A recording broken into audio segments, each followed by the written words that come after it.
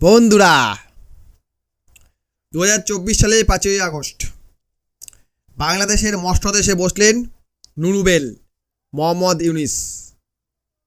বসার পর ওখানকার নুনুবেলের নুনুর দল কি বলল? আমাদের দেশে একজন নোবেল জয়ী আইছে, আমাদের দেশ এখন একজন নোবেল জয়ী চালাইবে, কোনো চাওয়ালা নয় কইছিল। তারপরে আমরা দেখলাম এই কথাটা বেশ কিছুদিন চলল। আমাদের দেশ এখন কোনো চাওয়ালা নয়, নোবেল জয়ী চালায়। নুনুবেল জয়ীছে মানে নুনুবেল জিতছে, সেই নুনুবেল এখন দেশ চালাইতেছে। নুনুবেল যখন বিদেশ যায় তখন তার অবস্থাটা একবার দেখুন, দেখলে আমি লিখে দিতে পারি স্যার, আপনার হাসতে হাসতে পেটের ব্যথা ধরতে বাধ্য। দেখুন একবার।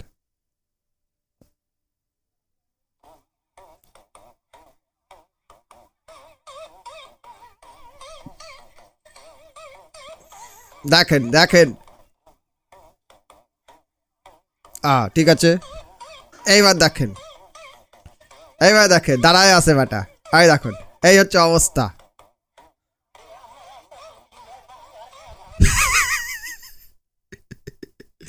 ভাইরে এ ক্যা এখন কইবি 84 বছর বয়স লোকটার একটু তো কষ্ট হইবেই। নিশ্চয় এরকম বয়স্ক রাষ্ট্রনেতা প্রচুর আছে। পুতিনের বয়স প্রায় 75-76, মোদির বয়স 75-76, ট্রাম্পের বয়স তার থেকেও বেশি 77 বয়স হয়ে গেছে। কেউ কিন্তু এরকমটা নয় ভাই। বয়স হতে পারে, কিন্তু হারামের যারা খায়, মানে যারা পকেটে খায়, পরিশ্রম না করে খেতে পায়, তারা এরকমই হয়। কেন বলছি? কারণ দেখুন, নুনুবেল প্রথম থেকেই হাসিনা বিরোধী ছিল, বিএনপির গা ঘাসা ছিল। তারপর উনি বিদেশে গিয়ে ওখানকার কিছু বিদেশি শক্তির সহযোগিতায় বাংলাদেশে একটা গ্রামীণ ব্যাংক বলে একটা ব্যাংক খুললেন, এবং এই ব্যাংক গরিবের নাকি উদ্ধার করেছে। কিসের উদ্ধার করেছে? যারা ওনাকে নোবেল দিয়ে তারাই বলতে পারবে। এই ব্যাংক খোলার জন্য ওনাকে নোবেল দেওয়া হলো, উনি ফেমাস হয়ে গেলেন বাংলাদেশি, সে নাকি একটা নোবেল পাইছে।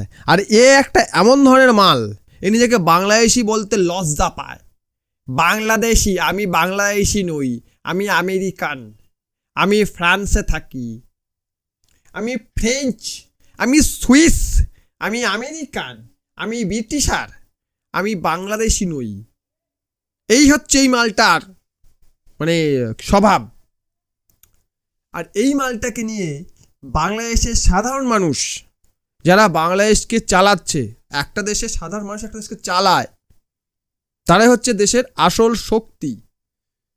তাদের জীবনযাপনের ধারণা দেখেই একটা দেশের সমৃদ্ধি ঘোষণা করা হয়, যে এই দেশটা প্রতিটা নাগরিক সচ্ছল, তাই দেশটা একটা সমৃদ্ধ দেশ। সেই সাধারণ মানুষ কি করছে? একে অন্ধের মতো বিশ্বাস করছে। হ্যাঁ, এখন দেখছি কিছু লোক আবার এর বিরোধিতা শুরু করেছে, কিন্তু কিছু লাভ নাই।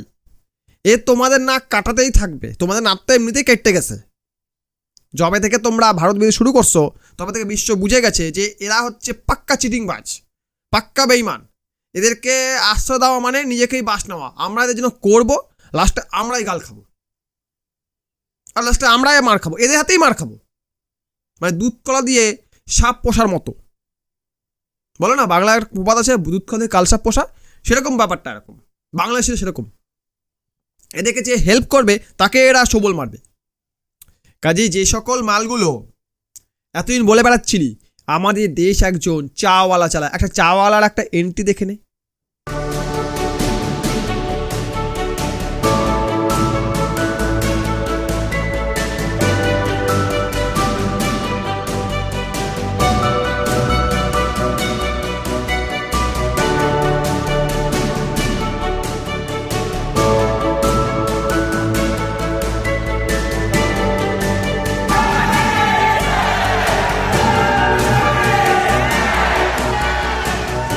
দেখলি চায়নাতে কেমন করে ওয়েলকাম করা হলো ওনাকে, দেখলি তো? এছাড়া বহু ভিডিও দেখাবো, যেখানে যায় সেখান থেকেই এরকম ধরনের ছবি উঠে আসে। কাজেই কখনো কম্পেয়ার করতে যাস না, চাওয়ালা কে ঘটিয়ালা, আমাদেরটা নুনু বেল করতে যাস না। তোরা বাংলাদেশি, তোরা হচ্ছি পৃথিবীর বোঝা, বোঝা, বুঝতে পারলি? তোদের দ্বারা কিছু হয়নি, হবেও না। তোরা শুধু পারিস পরের অন্ন ধ্বংস করতে। তোরা এসছিস পৃথিবীতে পরের অন্ন ধ্বংস করার জন্য, তোদের এইটুকুই কাজ।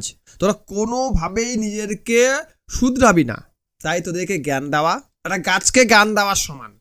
একটা গাছকে জ্ঞান দিলেও লাভ আছে, তোদের জ্ঞান দিয়ে লাভ নাই। তোরা এমন ধরনের মাল। যাই হোক, বাংলাদেশি অলওয়েজ বাংলাদেশি, এরা এরকমই থাকবে, এদেরকে বোঝানো বেকার। ভিডিও লাইক করবেন, কমেন্ট করবেন, শেয়ার করবেন, চ্যানেলের জন্য সাবস্ক্রাইব করবেন। ভিডিও দেখার জন্য অসংখ্য ধন্যবাদ।